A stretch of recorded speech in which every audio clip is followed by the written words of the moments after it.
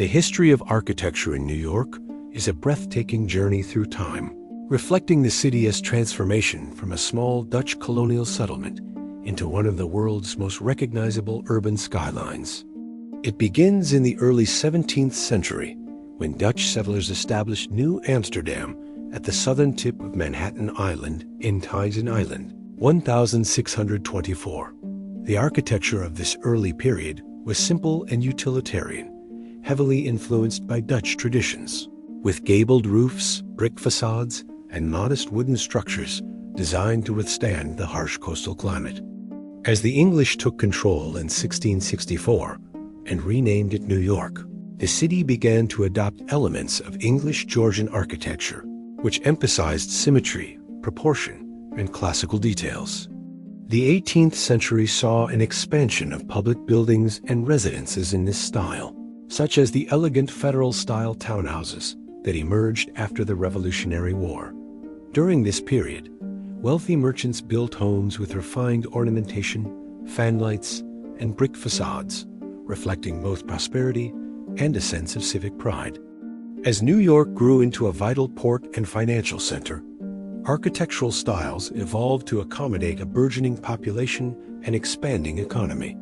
By the early 19th century, the city began to embrace Gothic Revival architecture, which became the dominant style from the 1820s through the 1850s. This style, characterized by tall columns, pediments, and heavy cornices, represented the young nation's democratic ideals and connection to ancient Greece.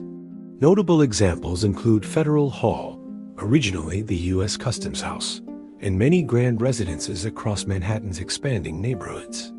As the Industrial Revolution gained momentum, the city's population exploded, leading to an architectural boom and diversification of styles.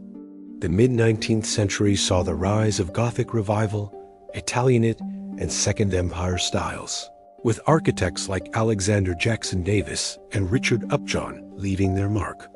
St. Patrick's Cathedral, begun in 1858, became one of the most iconic examples of Gothic Revival architecture in America, blending medieval European inspiration with modern materials and techniques. Meanwhile, the expansion of Central Park under Frederick Law Olmsted and Calvert Vaux in the 1850s reflected a growing appreciation for public spaces and landscape architecture, complementing the city's evolving architectural character. The second half of the 19th century witnessed the birth of the skyscraper, an innovation that would forever redefine New York's skyline. The invention of the elevator and the development of steel frame construction enabled buildings to rise far beyond traditional heights. The 1870s and 1880s saw the emergence of early high-rises like the Tribune Building, 1875, and the Western Union Building, 1875, but it was the completion of the Flatiron Building in 1902 that symbolized the city's leap into the modern era. Designed by Daniel Burnham, the Flatiron's unique triangular form became an instant icon of innovation and urban dynamism. Around the same time, Beaux-Arts architecture flourished, influenced by the École des Beaux-Arts in Paris. Grand civic buildings, banks, and train stations embodied this style's emphasis on symmetry, grandeur, and classical detailing. The New York Public Library, 1897 to 1911, Grand Central Terminal, 1903 to 1913, and the Metropolitan Museum of Art are prime examples, exuding opulence and cultural ambition. The early 20th century ushered in the age of Art Deco, a style that would define New York's skyline for generations. The 1920s and 1930s were an era of unprecedented skyscraper construction, as the city competed for architectural supremacy and technological achievement. The Chrysler Building, designed by William Van Alen and completed in 1930, epitomized Art Deco's glamorous style with its stainless steel crown and geometric ornamentation, celebrating the machine age. The Empire State Building, completed in 1931, became not only the tallest building in the world at the time, but also a symbol of resilience, completed during the Great Depression. Rockefeller Center, another Art Deco masterpiece built in the 1930s, represented the marriage of architecture, art, and commerce, with its sleek lines, public plazas, and sculptures reflecting optimism and progress. As the mid-20th century arrived, modernism began to reshape New York's architectural landscape. The influence of architects like Ludwig Mies van der Rohe, Le Corbusier, and Walter Gropius introduced the principles of simplicity, functionality, and minimalism.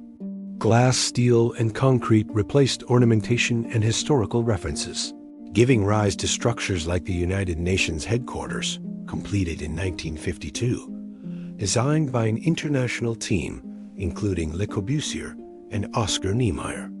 The Seagram Building, 1958, designed by Mies van der Rohe and Philip Johnson, epitomized the international style with its clean lines, bronze and glass facade, and emphasis on proportion and detail. Modernism dominated the city's commercial architecture through the 1950s and 1960s, producing numerous corporate towers that symbolized power and efficiency. However, this era also sparked debates about urban renewal and preservation, as many historic buildings were demolished to make way for modern developments. The loss of the original Pennsylvania station in 1963 became a turning point, igniting the historic preservation movement and leading to the establishment of the New York City Landmarks Preservation Commission in 1965. This movement saved architectural treasures like Grand Central Terminal from destruction and reaffirmed the value of the city as architectural heritage. The late 20th century brought further diversification as postmodernism emerged in the 1970s and 1980s as a reaction against the austerity of modernism. Postmodern architects reintroduced ornament, color, and historical references into their designs, creating buildings that were playful and expressive. Philip Johnson's AT&T building, now 550 Madison Avenue, completed in 1984 with its Chippendale-style top, became a hallmark of this new attitude.